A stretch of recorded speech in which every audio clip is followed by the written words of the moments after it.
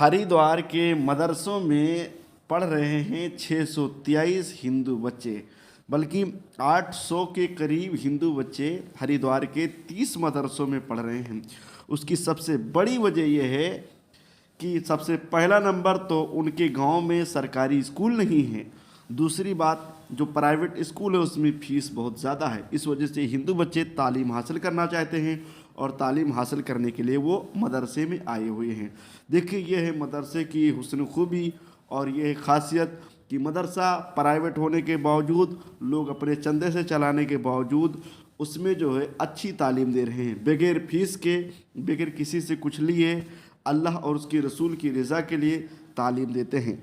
अब वो तालीम दीनी एतबार से भी रहता है और दुनियावी एतबार से भी रहता है। यही वजह है कि आज मदरसे के पढ़े लिखे बच्चे कभी दुनिया में नाकाम नहीं होते।